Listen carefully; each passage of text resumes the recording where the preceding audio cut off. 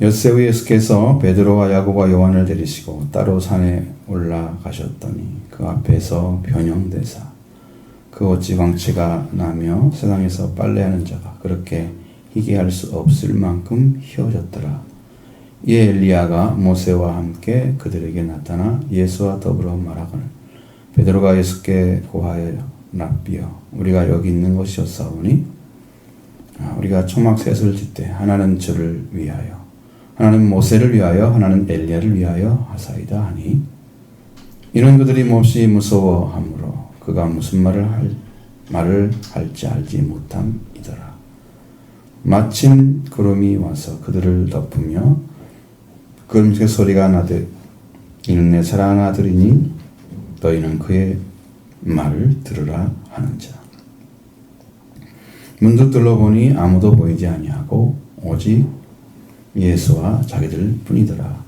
그들이 산에서 내려올 때에 예수께서 경고하시되 인자가 죽은 자 가운데서 살아날 때까지는 본 것을 아무에게도 이루지 말라 하시니 그들이 이 말씀을 마음에 두며 서로 운운하되 죽은 자 가운데서 살아나는 것이 무엇일까 하고 예수께 묻자와 이르되 어찌하여 서기관들이 엘리야가 먼저 와야 하리라 하나이까. 이르시되 엘리야가 과연 먼저 와서 모든 것을 회복하거니와 어찌 인자에 대하여 기록하기를 많은 고난을 받고 멸시를 당하리라 하였느냐. 그러나 내가 너희에게 이르노니 엘리야가 왔을 때 기록된 바와 같이 사람들이 함부로 대우하였느니라 하시니라. 아멘.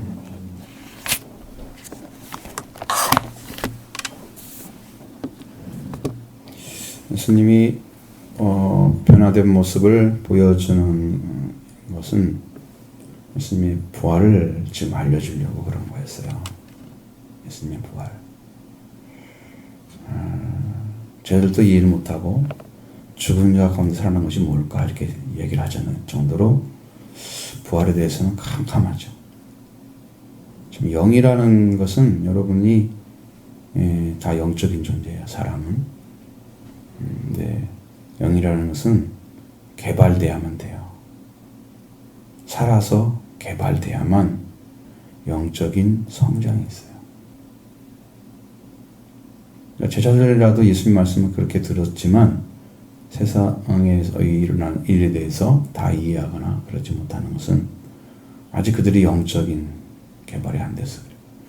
말씀이 살아서 그들의 심령을 점령해야 되고 성령이 오셔서 그들 안에 머물러 계셔야만 되는 거예요. 그러나 그런 일이 아직 일어나지 않았고 그들에게는 오직 듣고 보는 것만 전체입니다. 이해할 수 없는 부분이 너무나 많죠? 그러니까 실제 그렇습니다. 근데 오늘날 신앙생활하는 분들도 그것이 그렇게 믿어지지가 않습니다. 예수님이 무슨 변화됐네, 어떤 일을 했네, 뭐 그런 것이 우리가 보는 시각으로 뭐 그렇게 보였겠구나 이렇게 짐작을 하는 거지 그것이 정말 그렇구나 라고 이해하기가 어렵다는 거예요. 그게 사실이에요. 그래서 성경을 볼 때는 너무 기적적인 일이야. 우리 이성으로 절대 이해할 수가 없어. 이렇게 생각하는 것이 너무나 많죠. 여기에 예수님의 변형된 모습 하나만 봐도 똑같이 나옵니다. 어떤 의미냐면 그의 옷이 광채가 나며 세상에서 빨래하는 자가 그렇게 희게 할 수 없을 만큼 매우 희어졌더라. 자, 사람이 흉내낼 수 없는 거죠. 아무리 희게 옷을 빨아서 옷을 만들어서 희게 빨래를 할지라도 그런 흰색은 나오지 않는다는 거죠. 그러면 오직 예수 그리스도 한 분만 나오는 색깔이잖아요. 빛이잖아요. 짐작이 되지 않죠. 그냥 이렇게 우리에게 설명을 해줘야 되는데 예수님 하신 일을 우리가 도대체 이해를 못하니까 빨래하는 자를 데리다가 그 빛이 어떻게 광채가 나는지에 대해서 이야기를 하는데 그걸 그건 빨래를 아무리 희게 해서 깨끗하게 나와도 그 정도는 안 되는구나.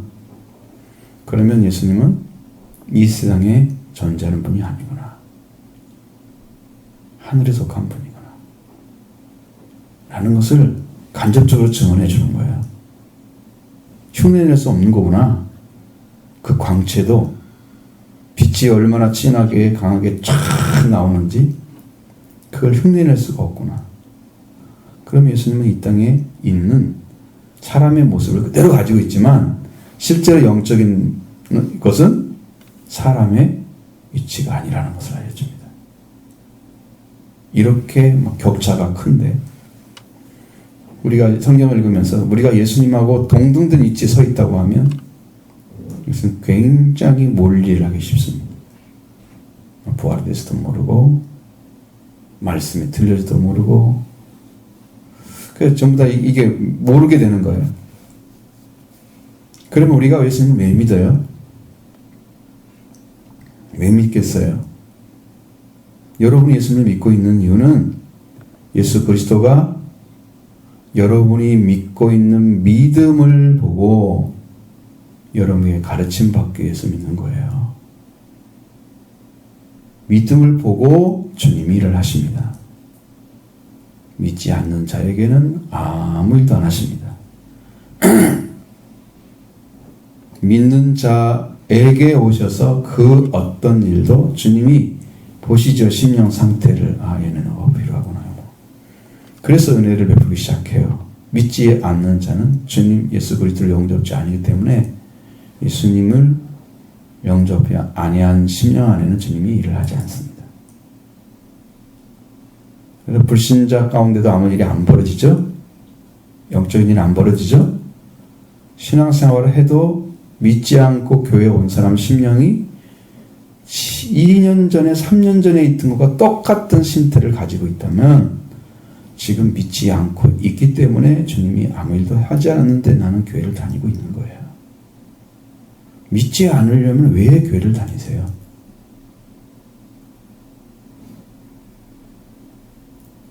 여러분 믿으려고 온 거죠?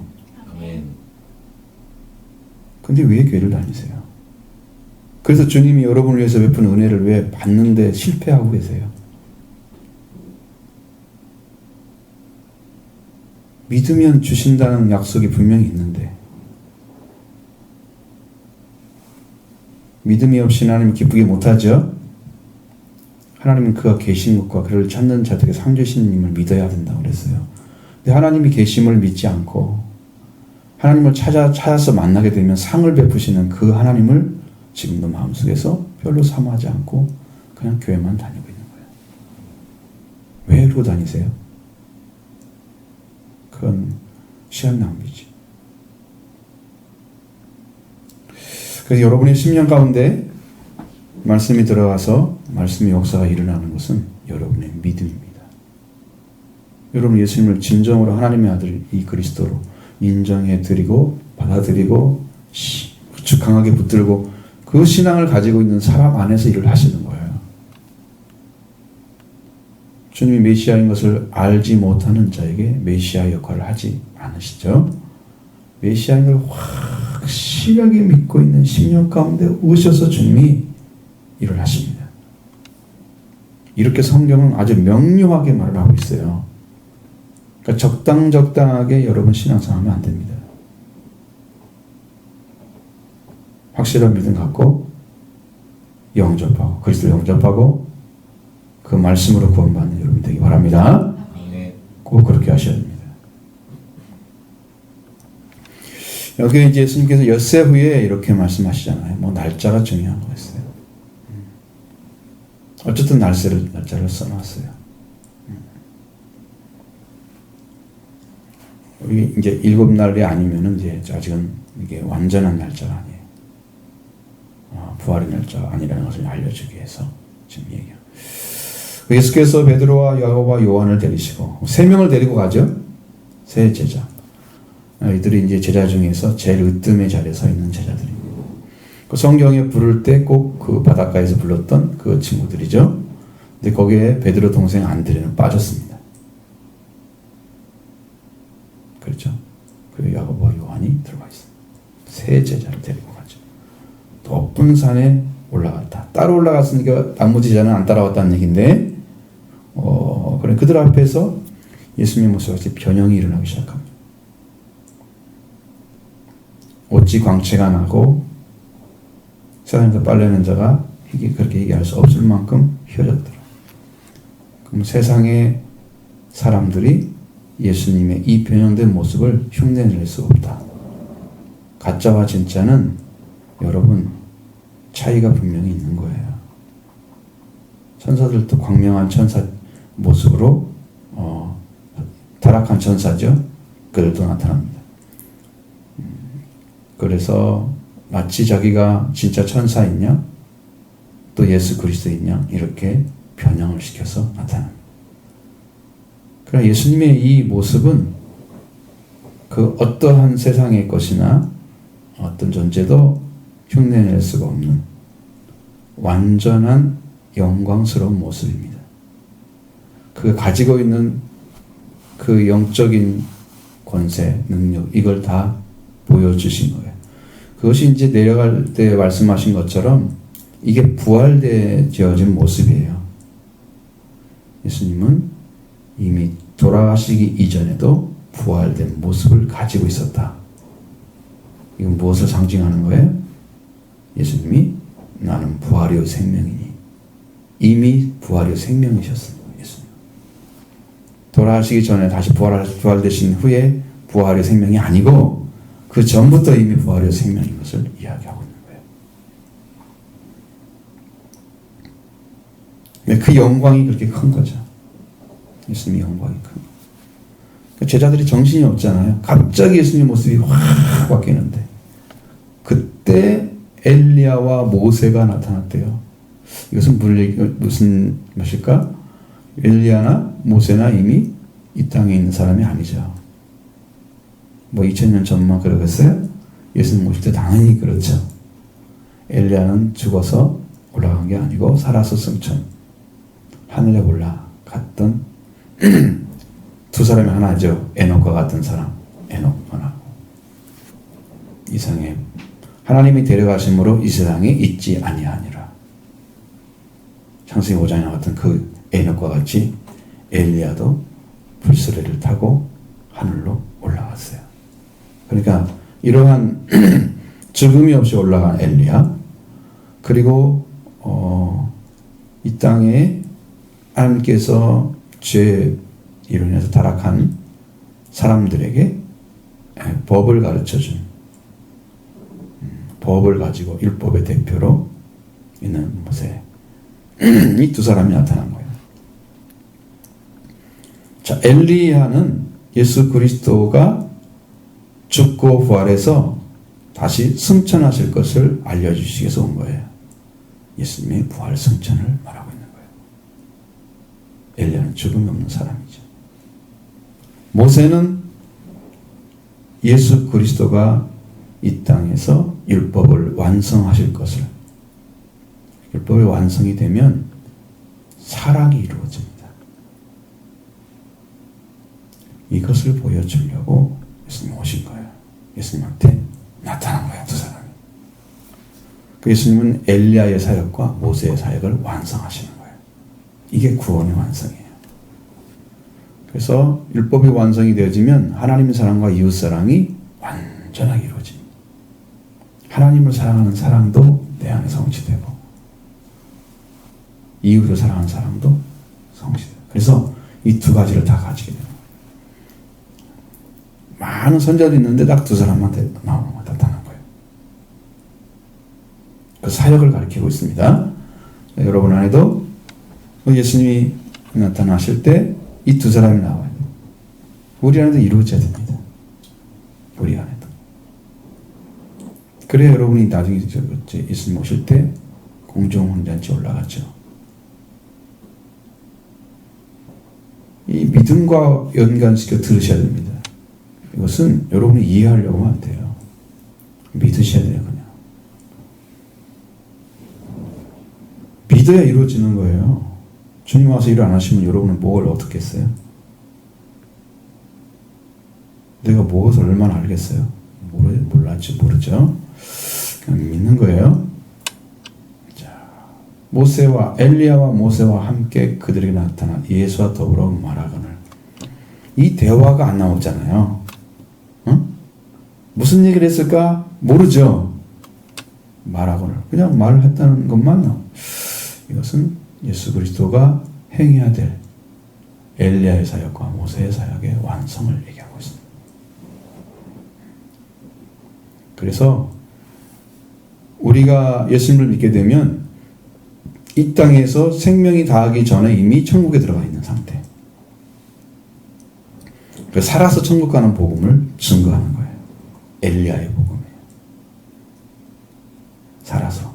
그러니까 이 땅에서 지금 구원을 얻고 있어야 돼요. 죽기 전에 얻는 구원이 아니에요. 죽어봐야 알아 천국 갈지 지옥 갈지. 이건 아니에요. 이건 엘리야 사역이 없는 신앙이에요.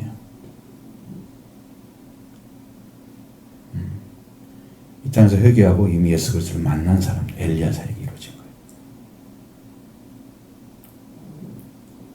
엘리야가 나중에는 세례 요한으로 나오잖아요. 세례 요한이 엘리야의 심령하고 능력을 가지고 오실 거라는 것을 누가복음 1장에 잘 기록되어 있습니다. 그러니까 엘리야의 사역을 누가 했느냐? 세례 요한이 했던 거예요. 모세의 사역은 할 사람이 없습니다. 왜? 그건 율법이거든요. 법을 다 지킬 수 있는 사람은 완전하신 하나님과 완전하신 사람이면 가능합니다. 그러니까 예수 그리스도가 그걸 지켜내시겠죠. 나중에 엘리야가 이뤄야 할 의를 갖다가 이제 세례 요한이 가지고 왔잖아요. 그리고 예수님이 구약의 의를 받아가지고 이와 같이 하여야 우리가 의를 이루느니라. 그렇게 해서 세례 요한에게 세례를 받죠. 그러면서 예수님이 성령이 임하시고 성령 사역이 시작되는 거예요. 어마어마한 일이 벌어지기 시작했어요.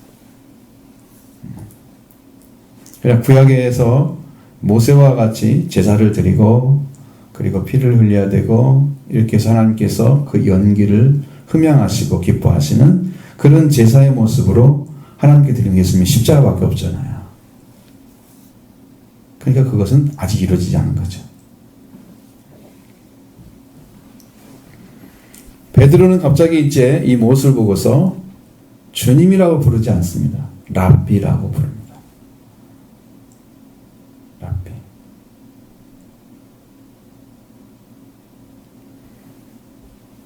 선생님이란 말이잖아요. 나의 선생님.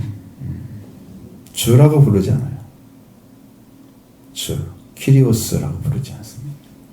나의 선생님. 이렇게 이런 식. 우리가 여기 있는 것이 좋습니다. 예수님의 모습을 봤을 때 그 변형된 모습이 그들에게는 너무 황홀한 거죠. 세상이 내려가지 않았으면 좋겠죠. 그 아름다운 모습, 그 영광스러운 모습, 굉장한 위엄이 있는 사람들이 지금까지 경험하지 못한 크신 하나님의 모습을 육체를 가진 예수님을 통해서 나타난 거예요. 그 옷에 영광. 아마 얼굴도 빛이 났을 것입니다. 그래서 여기 있는 게 좋다. 그건 정확하게 자기들이 할 말을 몰라서 그러긴 하지만 초막 셋을 지어서 하나님 주님이 사시고 하나님 모세가 하나님 엘리야가 거기에 살면 좋겠습니다. 그런 얘기죠. 그리고 우리는 그 옆에 살겠습니다.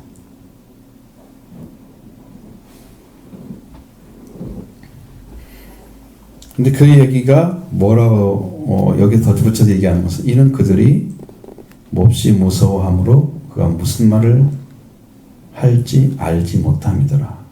그러니까 무서워서 하는 말이죠. 그러니까 당황스러운, 몹시 당황스러운데 그냥 예수님이 매우 자기가 가까이서 이 영광스러운 모습을 그대로 가지고 살아주셨으면 좋겠어.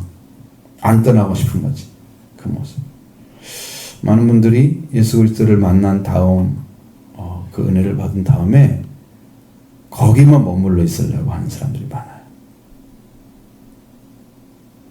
세상에 가서는 할 일이 많은데 생명을 위해서 살아야 할 고난의 삶이 지금 준비되어 있는 건데, 근데 많은 사람들은 이 영광스러운 모습만 기억한단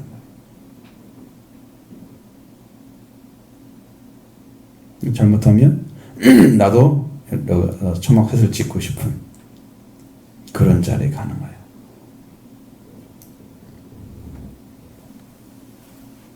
자, 그러니까 하나님은 그거에 대해서 허락하지 않는 모습을 보여줍니다. 허락하지 않으시는 거예요.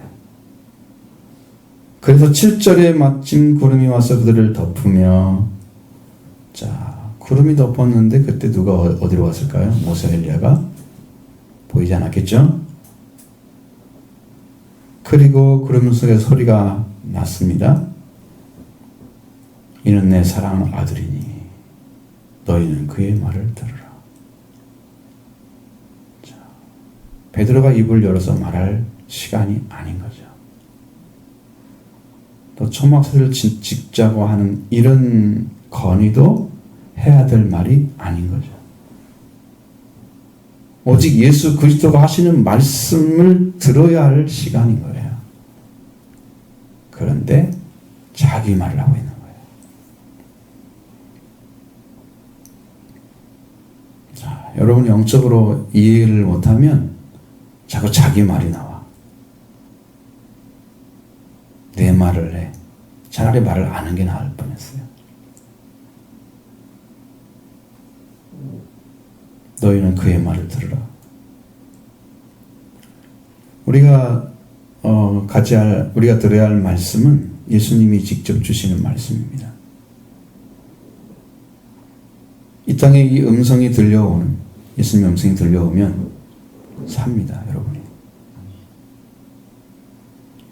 음성이 들려와야 그 음성을 들은 자는 살아나리라. 그래서 음성이 들려와야만 사는 거예요.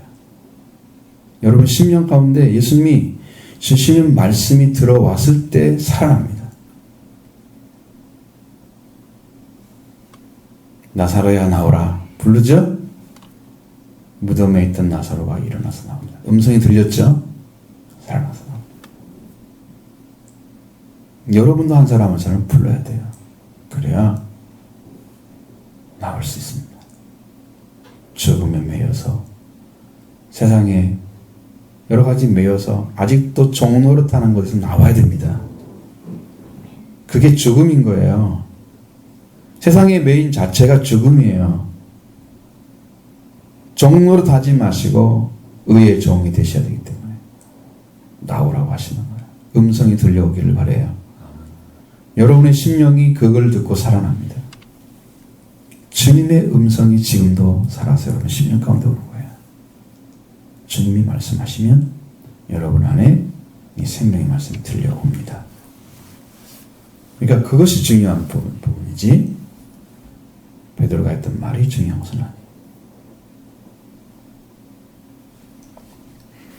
음성이 들려오는 그 말씀 가운데 하나님이 이 땅에 이루어질 일을 예수님의 말씀을 통해서 행하고 계시기 때문에 그 예수님은 하나님의 일뿐만 아니라 하나님의 하셔야 할 말씀, 하나님의 행하셔서 이루셔야 할 구원까지 다 가지고 오셨어요. 이 땅에 이루시기 위해서.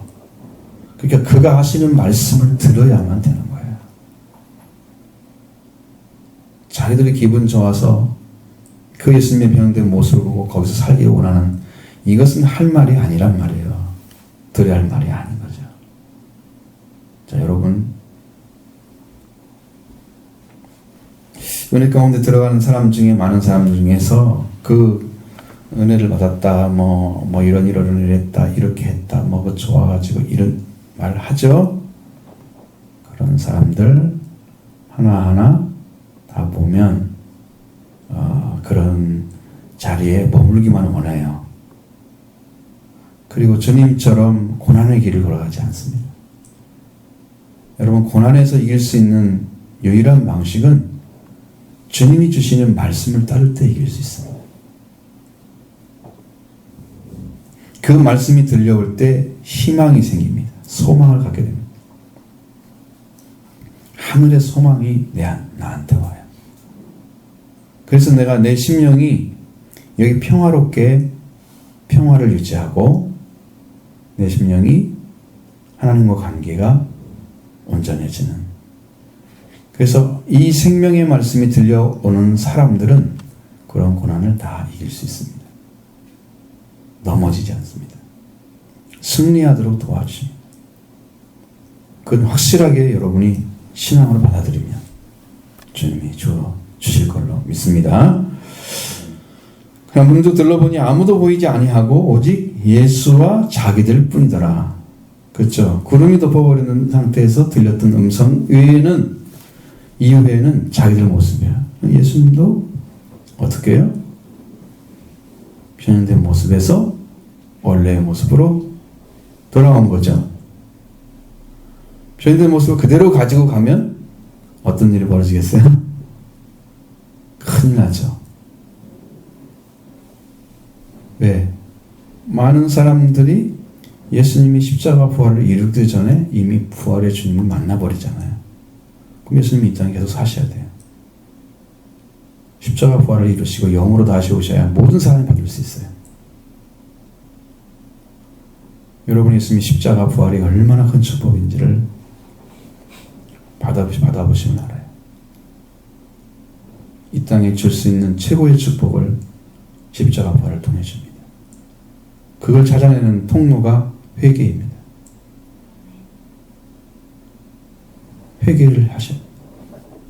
회개하시고 그래서 계속해서 회개해서 딱 한 분만 남아야 됩니다. 예수님 한 분만 남고 나머지는 다 여러분의 심령 가운데 내려놓는 자리까지 가야 비로소 회개가 완성됩니다.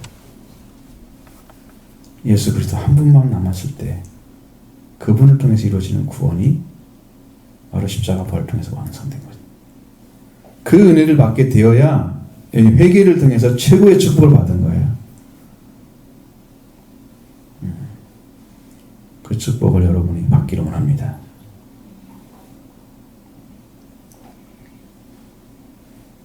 여러분이 이성으로 이해 안 된다 그래서 그것을 받거나 안 받거나 마음대로 할 수 있는 게 아니에요. 그 외에는 길이 없기 때문에 여러분이 받으면 축복이고 안 받으면 여전히 죄 가운데 있는 거예요. 그것뿐이에요. 더 이상 다른 말은 필요가 없는 거예요. 여러분이 이해가 되든 안 되든 간에 성경은 말하고 있습니다. 너는 믿으라. 믿는 대로 되리라. 여러분 이성이 호소하는 거 아니에요. 성경은 여러분의 심정 안에서 받아들이는 영접에 대해서 말하고 있는 거예요. 여러분이 이러는 거 보니까 이렇게 이해하시고 받아들이세요. 이렇게 이성에 호소하는 거 아니에요. 설득하려고 하는 게 아니에요. 성경은 설득하는 것 아닙니다. 그냥 이렇다고 얘기합니다. 이것을 믿느냐 안 믿느냐는 말씀을 받는 자의 밭에 따라 다릅니다. 돌 같은 밭은 그냥 그대로 있겠죠? 그 10년 상태 가지고 오면 말씀이 떨어지면 그대로 있겠죠? 그래서 새들이 와서 쑤셔 먹어버려요. 이 마귀가 다 갖다 드십니다. 10년 상태를 그리고 가져오면 그렇게밖에 안 돼요. 자, 나도 말씀 좀 들어야지, 순종해야지, 이렇게 가져오잖아요? 그럼 이게 이제 약간 돌이 밑에 있는데 위에는 흙이 있는 상태. 그래서 심겨졌을 때는 아우 좋아 기뻐 이러다가 나중에 뿌리가 내려야 되는데 돌 때문에 못 내려가는 거지. 해가 제대로 딱 뜨면은 타져버리잖아. 그죠? 환란이 올 때 그냥 싹 사라져버려. 신앙이 그냥 통째 사라져버려. 그래서 내가 기쁨을 누리는 건 분명히 맞는데 다시 찾기가 힘들어. 나 그거 한번 느끼고 싶은데 안 돼. 왜? 거기에 지금 한계지. 밭이에요. 말씀을 아무리 드려도 안 받는 것은 자기 심령 상태가 문제인 거예요. 농부들이 옛날 같은 시대에는 되게 밭 같은 것을 화전민들은 어떻게 했어요? 돌밭 이런 데 가서 가지고 막 일궜잖아요. 그럼 거기는 돌들을 다 뽑아내야 하잖아요. 해마다 돌을 뽑아내죠. 왜? 완전한 밭이 될 때까지는 돌밭이나 마찬가지. 좋은 땅이라면 몰라도 그런 땅이 얼마나 있겠어요? 그러니까 우리 심령도 똑같아요, 지금. 갈아지지 않고. 그걸 가지고 그대로 오는 거예요, 교회에. 그 말씀을 듣고 있는 거예요. 근데 이 밭이 회개하지 않아가지고 준비가 안 돼서 아무리 심어져도 그냥 나다가 죽고 맨날. 응? 기쁨으로 있다가 잠시 무너지고 또 무너지고 맨날 그런 시간이 되니까 힘든 거야. 희망이 없어. 자꾸 사라져.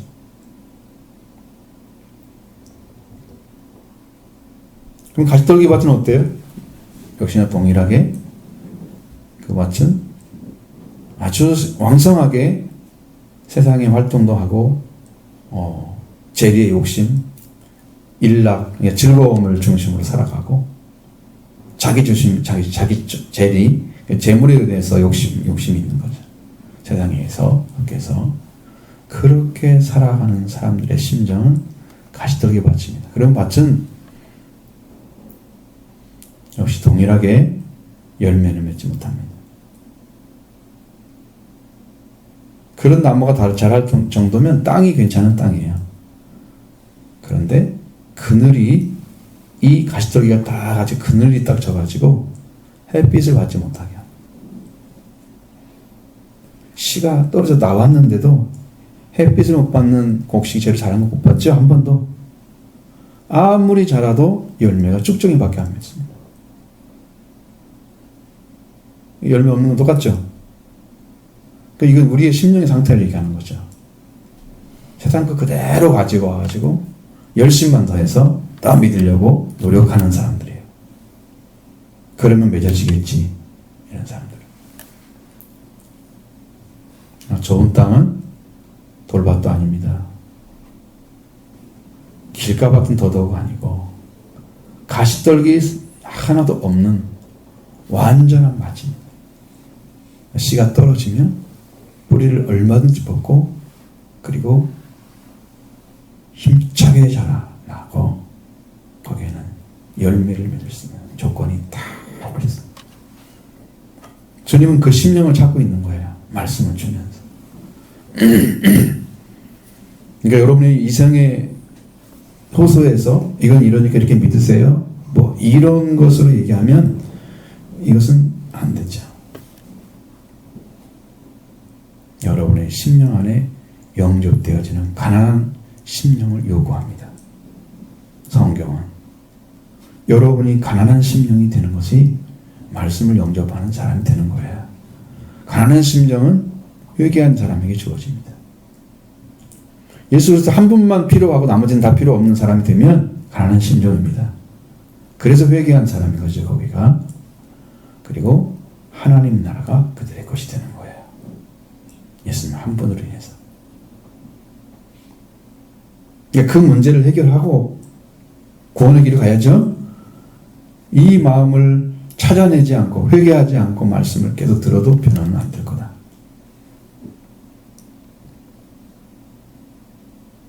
그런 사람은 전도도 안 씁니다. 변화도 안 되고. 그러니까 교회가 침체 상태가 되는 거예요.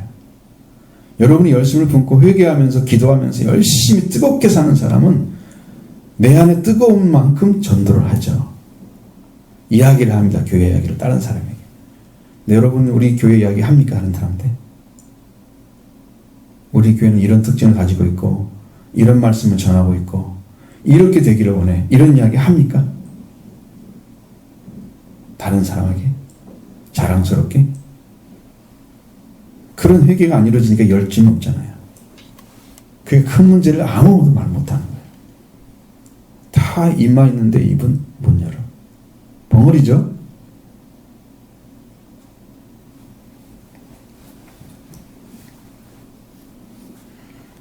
자, 여러분 잘 보셔야 됩니다. 그래서 성경을 여러분이 가르쳐주는 이유는 이렇게 말씀을 들었을 때 말씀이 여러분 심령에 심겨져서 예수 그리스도의 속죄의 부활 그 은혜가 심겨져서 여러분이 이루어지기를 원합니다. 그 이루어지려고 하면 절대 복종이 필요해요. 그래서 좋은 땅은 씨가 어떻게 뻗어가든지 다 순종하죠. 잘하는 것도 다 쓰죠. 그런 심령이 되어졌을 때 여러분 속죄와 부활이 이루어지는 거예요. 여러분 안에. 그렇게 받아들였을 때, 주님이 원하신 걸 다 받을 수 있는 심령으로 돌아왔을 때, 그게 좋은 땅이죠. 그때 말씀이 이루어지는 거예요. 그러니까 다른 이유가 없어요. 회개하지 않고는 절대 안 이루어지는 거다. 그분 한 분만 요구하고 나머지를 다 놓을 정도로 여러분 심령이 가난해져야 된다. 그게 바로 겸손한 심령입니다. 나는 구원자밖에 필요 없어요. 당신이 나의 구원자입니다. 나를 구해주세요. 주님께만 의탁할 수 있는 그런 진실한 심령을 찾아내면, 그래 어느 마다 구하고 그러면서 만나죠. 그 만남 이후에는 여러분 놀라운 변화가 올 것입니다.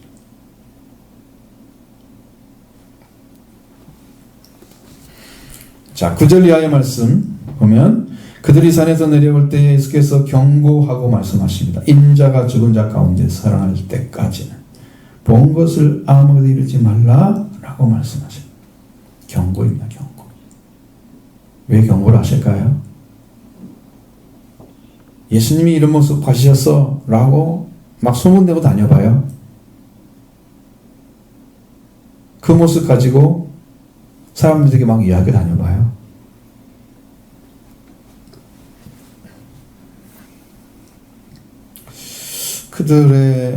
그들은 예수님의 부활을 이루기 전에 이미 부활을 설명하고 있잖아요.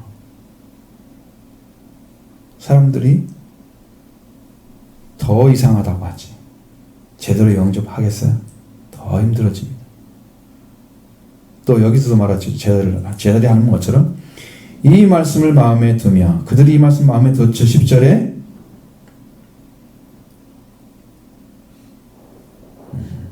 성경을 보시고 그 다음에 저를 봐야 됩니다. 돈이 딴 데 있는 사람들은 여전히 말씀을 안 듣고 있는 사람들이 마찬가지. 내가 예전에 나도 설교를 듣는 사람이었잖아요. 고개 숙이고 있는 사람들은 대부분 설교를 안 듣습니다. 자기 생각합니다. 아니면 내가 알아가려고 합니다. 그런 것을 내가 많이 경험을 했어요. 물론 말씀이 안 들리기 때문에 그런 거예요.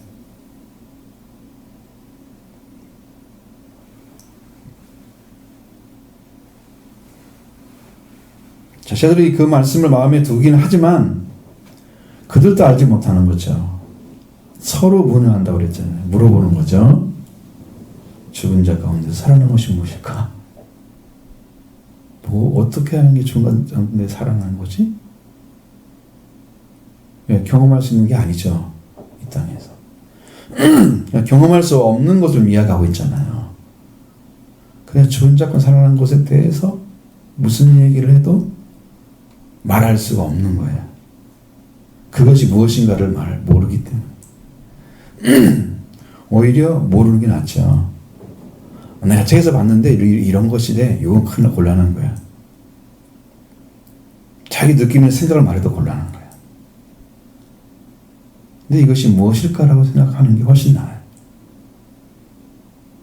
결론을 내리는 건 좀 위험한 거예요.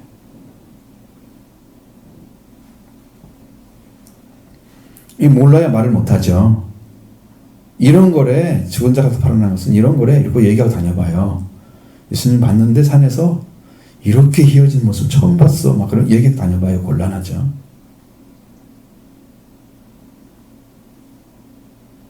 근데 하필이면 예수님이 딱 때를 정하잖아요.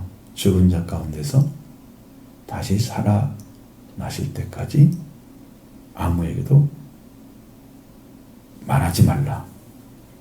이르다, 이르시되, 이르되, 이 말은 말하다는 뜻입니다. 말하되, 말하지 말라 그런 말이에요. 이르지 말라.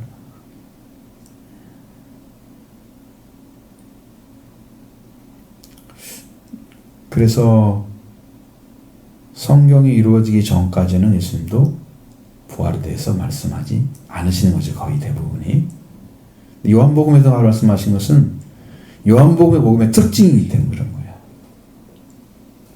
그건 예수님이 돌아가시기 전에 부활이고 생명인 것이 이미 드러나고 있었습니다. 그 복음의 특징이에요. 복음서. 자, 이 예수님을 때 대해서 제자들이 또 물어봅니다.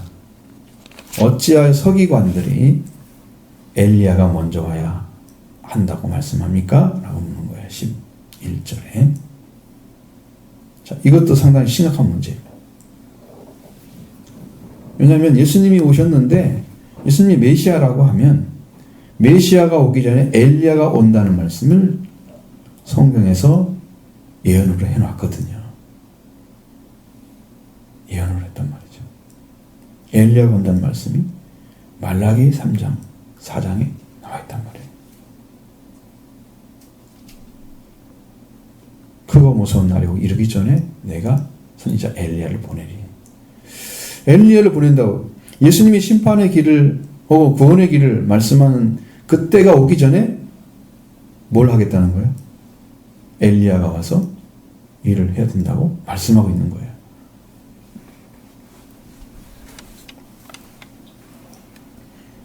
그것을 서기관들은 알고 있어. 그러니까 엘리야가 안 왔는데 메시아라 하는 것은 그 사람들이 믿지 않는 명분이 주어지는 거예요. 엘리야가 없는 당신 메시아일 수가 없어. 메시아가 오기 전에 이미 엘리야가 와야 돼. 이거죠. 근데 엘리야가 누군지를 모르기 때문에 지금 메시아로 믿지 않는 거죠. 서기관들은. 이 문제가 해결돼야만 되는 거야. 그들에게.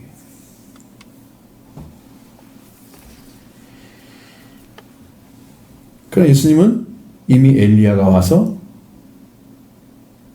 먼저 와서 모든 것을 회복하고 분명히 말씀하시죠? 회복하거니와 당연히 해야 될 것이겠지만 어찌 인자에 대하여 그렇게 하기를 많은 고난을 받고 멸시를 당하리라 하였느냐. 사람들이 엘리야에 대해서 관심을 갖고 있는데 예수님은 엘리야가 당연히 회복을 해야 되는 건 당연한 거야. 그건 당연한 거야. 그러나 인자, 사람으로 아들로 오신 그 예수 그리스도 그분에 대해서 기록한 많은 고난을 받고 멸시를 당하리라. 이 말씀이 있다. 그건 이사야 53장에 이미 예언으로 다 되어 있습니다. 메시아가 얼마나 많은 사람들에게 짓밟혀서 그 다음 시편 22편이나 이런 데 쭉 보십시오. 예수님의 메시아 시편인데 고난에 대한 이야기를 쭉 써놨습니다. 이미 예언을 한 것처럼 마치 다윗의 시편에 그 메시아가 와서 어떤 고난을 받을 것에 대해서 다 기록해 놨어요. 이 말씀들이 전부 있어요. 예수님은 거기다 기록된 그 많은 고난을 받고 인자만을 고난받고 멸시를 당하리라 하였느냐.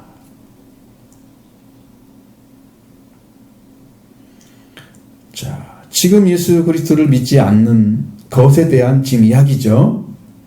예수님 지금 불신하고 있죠? 사람들이 믿지 않고 있죠? 거기에 대한 이야기를 하시는 거예요. 이야기를 전해줘도 그들이 예수 그리스도가 당하는 고난이나 이런 것을 지금 이루어지고 있는 거예요. 사람들에게 의해서. 많은 고난을 받고 함부로 대하는 그 마음대로 무시하고 멸시하는 이런 일들이 예수님이 향해서 지금도 이루어지고 있단 말이에요. 예수님 안에서. 여러분 진짜가 오면 사람들이 잘 믿지는 않습니다. 근데 가짜가 오면 잘 믿습니다. 예수님이 너희가 나는 믿지 않을 거다. 그러나 내 이름으로 오는 자들은 믿을 것이다 라고 얘기했습니다. 진짜 메시아 예수 그리스도 오시면 메시아를 믿어야 되는데 그분은 안 믿고 그의 이름으로 오는 자는 믿는단 말이에요. 가짜는 잘 믿어. 진짜는 안 믿어. 왜 그럴까? 오늘날 신앙과 똑같습니다. 이유가 여러분 진짜 말씀을 위해서 구원을 받고 이 회개하고 들어가는 길이 찾아지기도 힘들지만 걷는 사람도 별로 없어요. 그래서 그 길로 가라고 하면 힘들어서 잘 못 가는 거야, 사실적으로.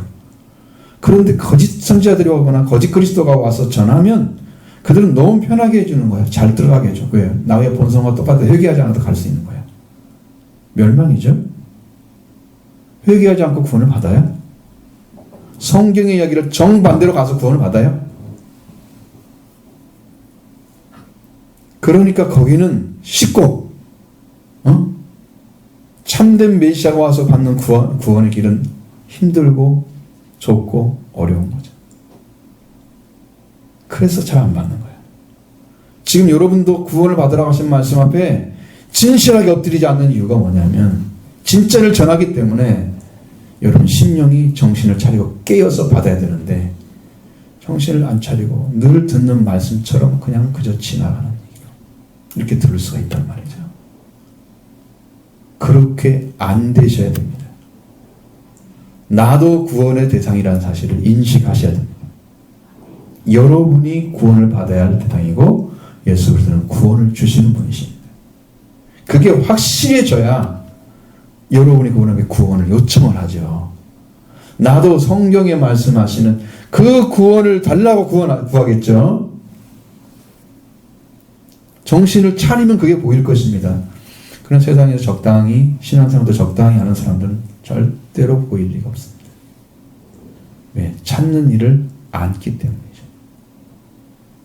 집에 가서 그 성경을 보거나 기도를 하거나 아니면 교회 쫓아가서 기도하거나 이러지 않을 거죠. 응? 그 구원을 찾지도 않는 사람에게 아따 이게 구원이다 이거 주는 성경은 나와 있지 않습니다. 그러니까 여러분이 지금 이 주시는 말씀은 전쟁터예요. 지금 여기서 받지 않으면 여러분 영적으로 진다는 거죠. 사탄에게. 여기서 이 말씀 안 받고 가면 여러분이 이 말씀을 듣고 정말 내가 차지할 생명의 말씀으로 영접하는 자는 이걸 찾으러 갔겠죠. 그럼 여기서 안 하고 적당히 지나가서 이제 또 일주일 지나고 이러면 또 끝나겠죠. 그 말씀 또 들려주겠어요?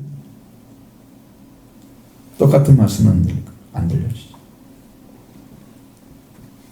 그래서 지금이 중요한 거예요. 듣는 말씀들.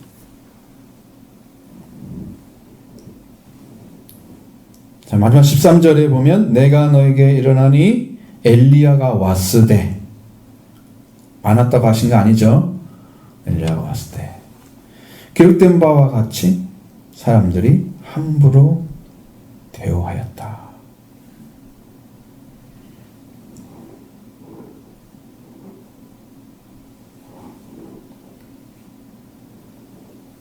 여기는 마태복음 11장을 찾아보시면 조금 더 정확하게 알 수 있을 거예요.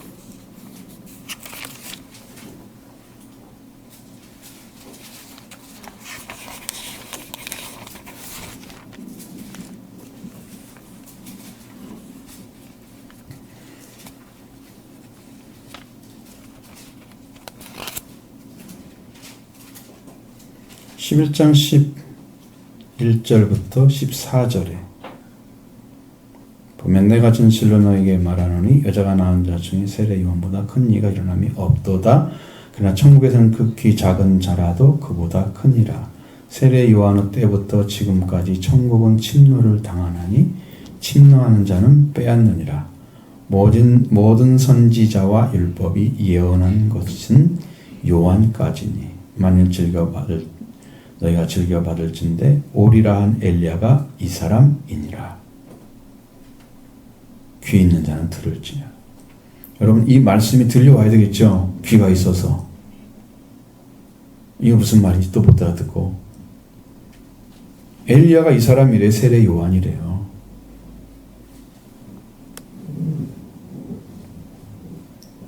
그럼 여러분에게 계속 이야기하는 거. 세례 요한을 통해서 뭐가 이루어졌어요? 회개, 물세례. 회개. 누구를 찾아가는 거예요? 세례 요한은 누구를 소개했어요? 자, 이것도 길을 모르면 큰일이지. 지금 길을 쭉 열고 가야 되는데 지금 이 말씀도 못 알아듣고 여기 지금 그 길이 무엇인지 전혀 관심이 없으면 여러분 지금 뭘 듣고 있었어 지금까지. 자,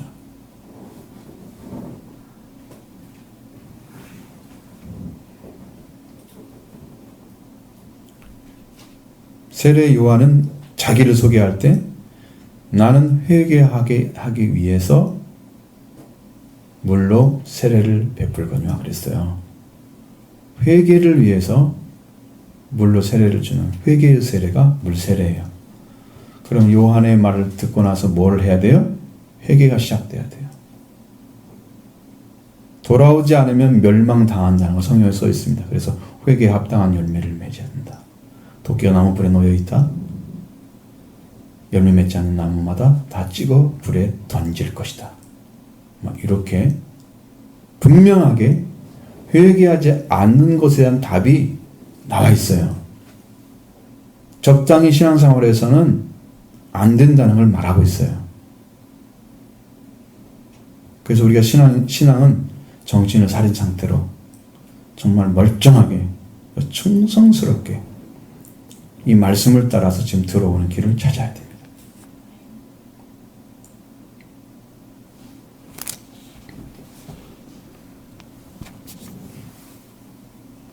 그런데 예수님이 하시는 말씀은 이들을 어떻게 했다고요? 함부로 대우하였다 그러죠? 함부로 대우했다.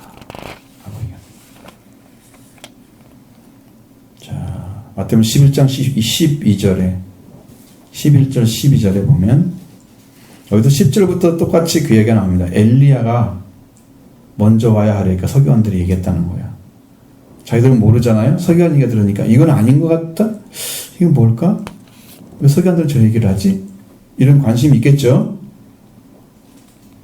그래서 17장 11절에 보면 서기관들이 엘리야가 먼저 와야 하리라 하나니까 얘기 물어봤어요. 그러니까 예수님 말씀하신 것은 엘리야가 과연 먼저 와서 모든 일을 회복하리라 내가 너에게 말하는 엘리야가 이미 왔을 때 사람들이 알지 못하고 임으로 대화했다.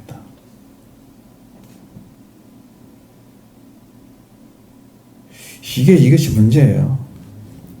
하나님이 보내신다고 한 분은 왔는데 그 보내신다는 분이 올 거라고 하는 성경 말씀을 믿는 자가 없어서 그분이 엘리야인 것을 모르고 그렇게 하는 것이 문제잖아요. 그러니까 임으로 대우하죠. 그분이 엘리야인 줄 알고 있을까요?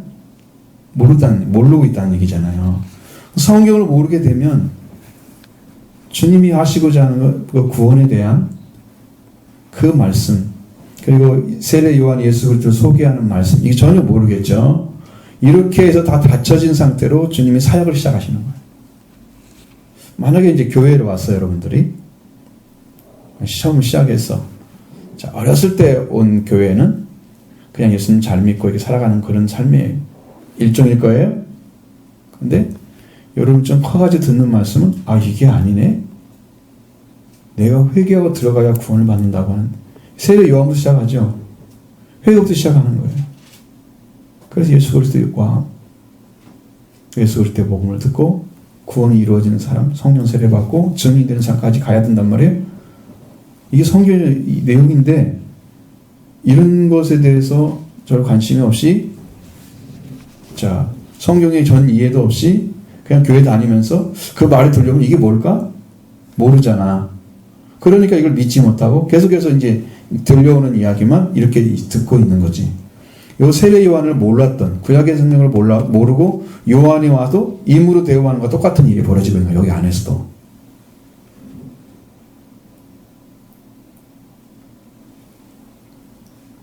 그러니까 여러분 지금 거기에 대해서 여옅죠? 그럼 여러분은 이제는 못 들은 게 아니에요. 들은 것입니다. 지금부터는 회개의 길을 걸어가셔야 됩니다. 들려왔기 때문에. 임으로 대하면 안 됩니다. 이 말씀을. 적당하게. 그냥 내가 하고 싶은 대로 그냥 이렇게 잘 대접하고 싶으면 대접하고 말고 싶으면 말고 이러면 멸망을 당합니다.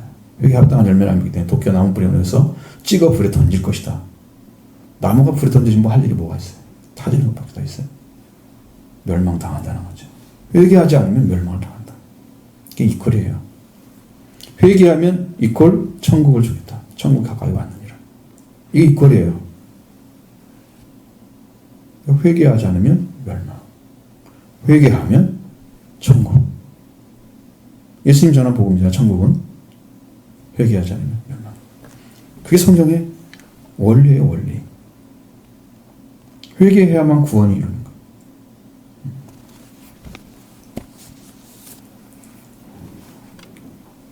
13절의 말씀, 마가복음 이제 9장 13절의 말씀처럼 엘리야가 왔는데 사람들이 함부로 대했다. 여기는 함부로란 말을 썼습니다. 조금 더 그들이 세례 요한에 대해서 이제 대우하는 방식이 막대하는 거죠.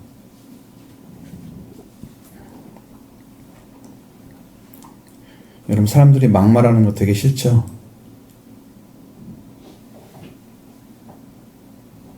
요한이 하나님께 받은 말씀을 전해도 사람들의 반응은 그 말씀에 대한 존경심이나 그 말씀을 경청하는 자세가 아주 엉터리처럼 돼서 듣지 않는 정도가 아니고, 듣지 않는 정도면 무시하고는 지나가겠죠? 함부로는 아니에요. 함부로 했단 말은 권위까지 도전을 해버린 거야. 네가 누군데 얘기를 해봐. 예수님한테 대화하는 방법이 그렇잖아요. 네가 메시아 아니라는 것만.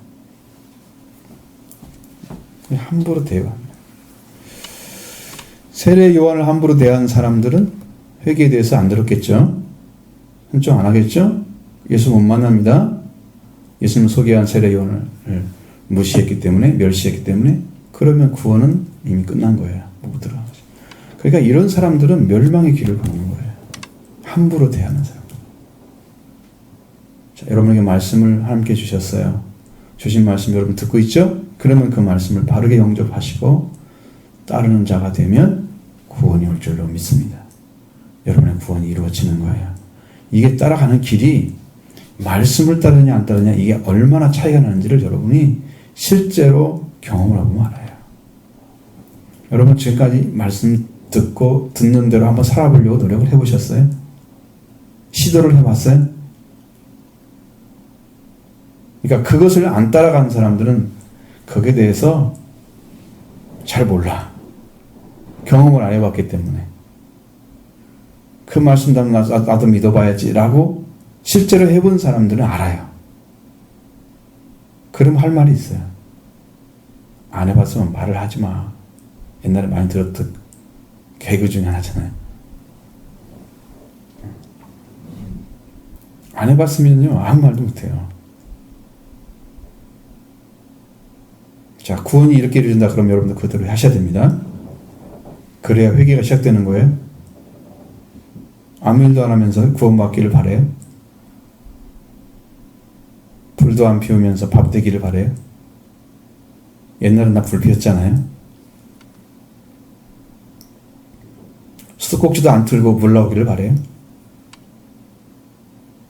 수도꼭지가 있는 곳에 가 틀어야 나오잖아요. 수도꼭지만 있다가 다 나와요? 물이 공급돼야 나오잖아요. 전등도 안 달고 불만 켜면 돼. 스위치 기로만 올리면 돼요. 전등이 있는 곳에 여기 전기가 와 있어야 전등이 맞는 거지. 전등은 다 달았는데 전기가 안 와. 여러분은 하늘에서 보내주지 않으면 나는 지금 하나님 걸 구하는 것은 아니에요. 전기 주라고 전등은 다 스위치까지 다 만들었는데 전기가 안 와. 응? 전력 회사에 전기가 안 보내줘. 그러면 전기가 아무리 켜도 안 켜지잖아요. 내 쪽에서만 준비되는 거야. 하나님 걸 준비해야지. 하나님과 나하고 관계가 맺어져야 그게 이루어지지. 그죠?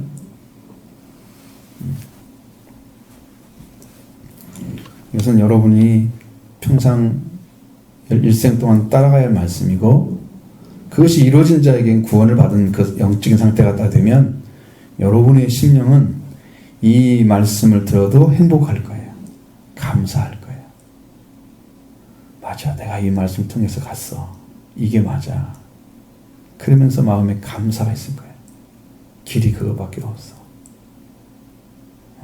같이 동의하고 같이 나누면서 이게 진리라는 것을 선포를 할 거예요. 자, 여러분 심령 가운데 이 말씀이 들려지기 원합니다. 여러분 함께 걸어가야 됩니다. 그래서 주님이 원하시는 길을 여러분 따라가면